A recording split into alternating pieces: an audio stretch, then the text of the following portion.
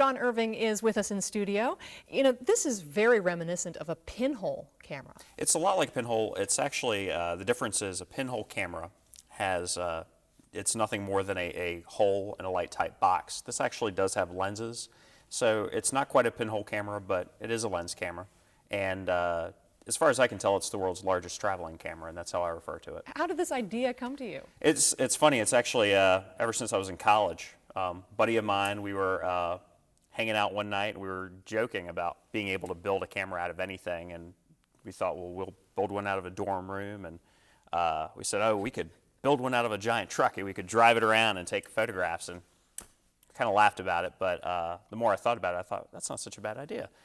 And a couple years later, I finally figured everything out, and I thought, well, maybe I just need to buy a truck and try it out, and I did, and it worked. When I first heard about you, I thought, how did he drive the truck to Spain? That's a good question. Actually, we rented a truck out there. I packed my lenses, brought them out there. We did not bother telling the people we rented it from that we were going to convert it into a camera before we did. We took it on the tour, brought it back to them, and showed them, and they were like, okay, that's fine. And then once they were cool with that, they explained to them, oh, this is what we did with the truck. So, but The seek forgiveness rule.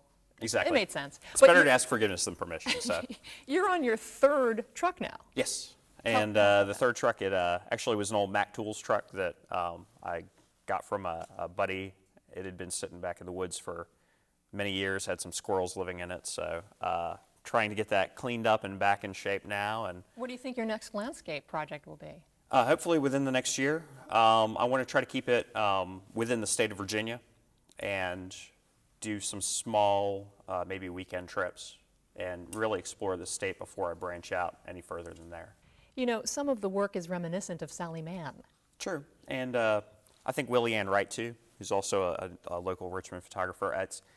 They were both photographers that I studied a lot when I was in college, and a lot of their work is very primitive in the printmaking process, and I think that was what really attracted me to photography at that age, and it really has kind of shown in my work. I like your point that you don't exert a lot of control over the process. True.